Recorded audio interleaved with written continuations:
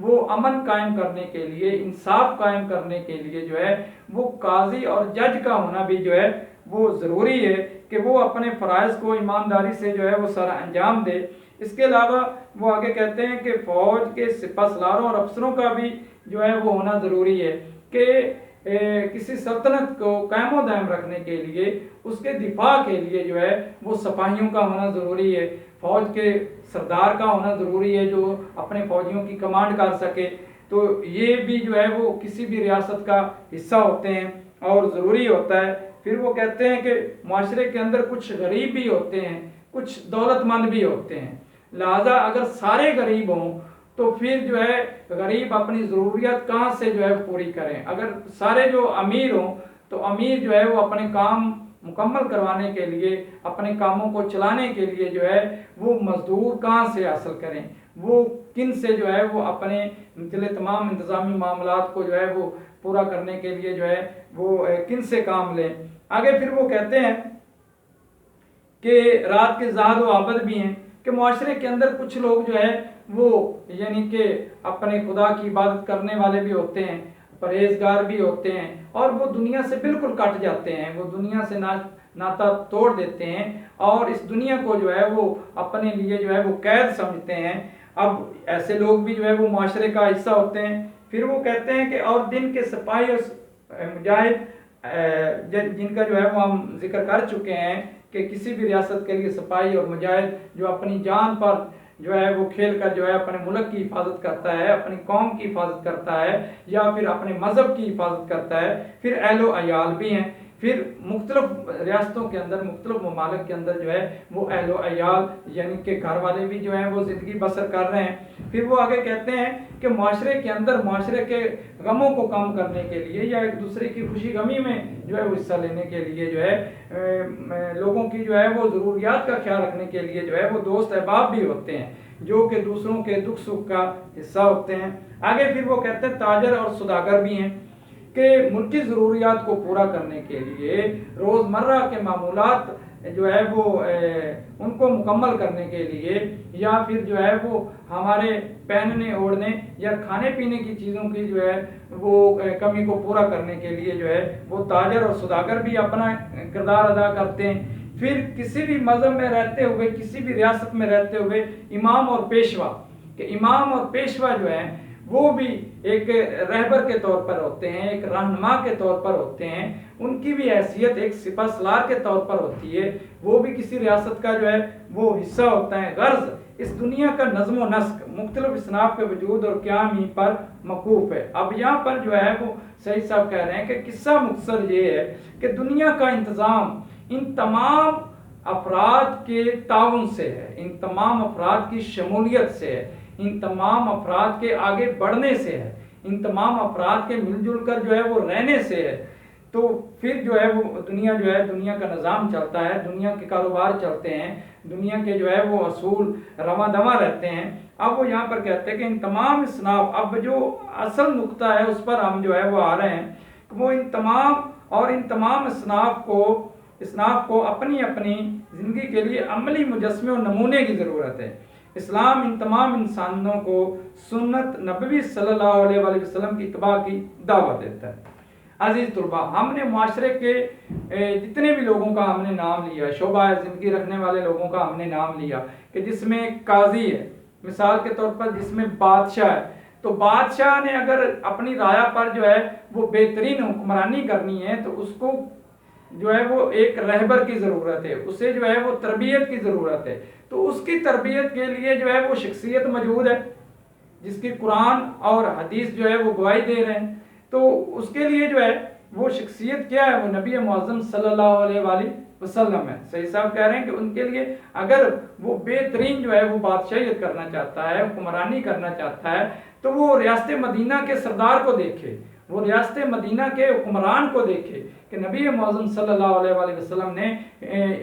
مکہ سے مدینہ کی طرف ہجرت کے بعد کس طرح جو ہے وہ ریاست کو قائم کیا اور پھر کس طرح جو ہے وہ مسلم اور غیر مسلموں کے حقوق کو جو ہے آپ نے پرکھا اور اس میں جو ہے وہ توازن پیدا کیا، اعتدال پیدا کیا۔ اسی طریقے سے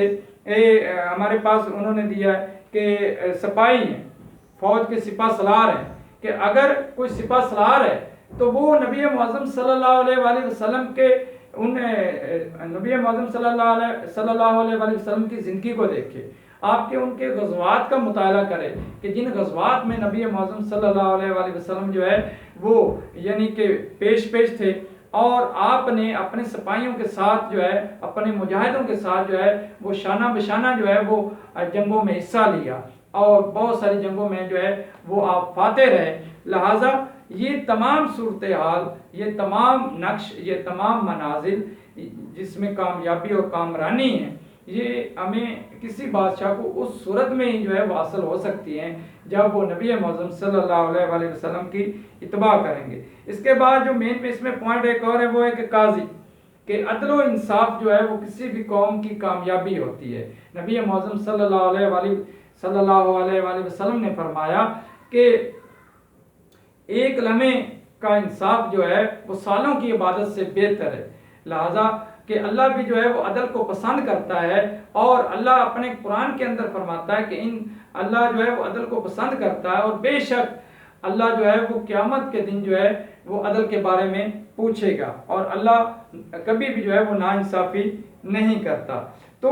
یہاں پر جو ہے یہ چیز کہ اگر اہل و عیال ہیں، دوست احباب ہیں، تاجر ہیں، سوداگر ہیں، اہل و عیال ہیں، تو نبی معظم صلی اللہ علیہ وسلم کی جو ہے وہ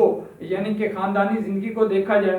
آپ کی جو ہے وہ آپ کی حیات مبارک کا مطالعہ کیا جائے کہ آپ بطور شوہر کس انداز سے تھے، آپ بطور جو ہے وہ والد کس انداز سے تھے، یعنی کہ باپ کے طور پر۔ اسی طریقے سے جو ہے دوسرے جتنے بھی ہمارے ارد گرد ہمیں رشتے نظر آتے ہیں، ان تمام کی صورت جو ہے وہ نبی معظم صلی اللہ علیہ وسلم کی صورت میں ہمیں ملتی ہے۔ تو یہاں پر اس کے بعد ایک اور یہاں پر جو ہے وہ پوائنٹ تاجر اور سوداگر کے طور پر، اگر تم تجارت کرنا چاہتے ہو، اگر تم جو ہے مال کا لین دین کرنا چاہتے ہو، تو نبی معظم صلی اللہ علیہ وسلم کی اس زندگی کا مطالعہ کریں کہ جس کے اندر آپ نے مختلف جو ہے وہ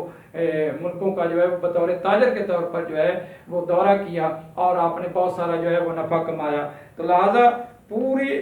تمام اس مکمل پیرے کے اندر جو ہے وہ جتنے بھی شعبہ زندگی سے تعلق رکھنے والے جو انسان ہیں، ان کے لیے اگر کوئی تربیت کے طور پر ان کی جسمانی، روحانی اور ذہنی جو ہے وہ نشو و نما کے طور پر اگر کوئی دنیا کے اندر آئیڈیل ہے، اگر کوئی دنیا کے اندر جو ہے وہ سب سے نفیس شخصیت ہے اور سب سے اعلیٰ شخصیت ہے اور بطور رہنما کے طور پر جامع اور اکمل شخصیت ہے، تو وہ عزیز طلباء نبی معظم صلی اللہ علیہ وسلم کی زندگی ہے، جس پر چل کر جو ہے وہ انسان اپنے آپ کو کامیاب اور کامران بنا سکتا ہے۔ تو عزیز طلباء یہ تھا ہمارا آج کے پیرے کی جو ہے وہ چھوٹا سا درس کہہ لیں یا پھر تشریح کے طور پر۔ اب ہم چلتے ہیں مشکل الفاظ کے معنی کی طرف۔ جی، مشکل الفاظ کے معنی: حلقہ اطاعت، پیروی کرنے کا حلقہ، صنف، قسم، جنس، اختلاف عمل اور کردار کے لحاظ سے مختلف، رئیس، سردار، آقا، جمہور، عوام، حکام، حکم کی جمع، محکوم، ماتحت، تابع، رعایا، عوام، قاضی، انصاف کرنے والا،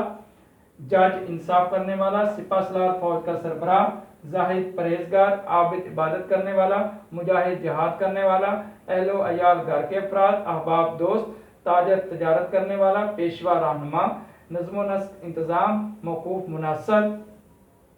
حوالہ جات میں ہے ترجمہ۔ یہ تمام حوالہ جات جو ہے وہ قرآن سے لیے گئے ہیں، اور آخر پر صرف ایک شعر ہے۔ نمبر 1 پر ہے: جب بھی فیصلہ کرنے لگو تو عدل و انصاف کو ہاتھ سے نہ جانے دو۔ اس کے بعد نمبر 2 پہ ترجمہ ہے کہ بے شک اللہ تمہیں عدل و احسان کا حکم دیتا ہے، بے شک نبی پاک صلی اللہ علیہ وسلم کی زندگی تمہارے لیے بہترین نمونہ ہے۔ اس کے آگے آپ صلی اللہ علیہ وسلم فرمائیے: اے لوگو، میں تم سب کی طرف اللہ کی طرف سے بھیجا ہوا آیا ہوں۔ پھر ایک قرآن کا ارشاد ہے کہ اے نبی، لوگوں کو اچھی تدبیر اور عمدہ نصیحت کے ذریعے اپنے رب کی طرف بلائیے۔ اور آخر پر شعر ہے کہ خود نہ تھے جو راہ پر اوروں کے راہبر بن گئے، خود نہ تھے جو راہ پر اوروں کے راہبر بن گئے، کیا نظر تھی جس نے مردوں کو مسیحا کر دیا۔ تو عزیز طلباء، یہ تھا ہمارا آج کا لیکچر۔ امید ہے کہ آپ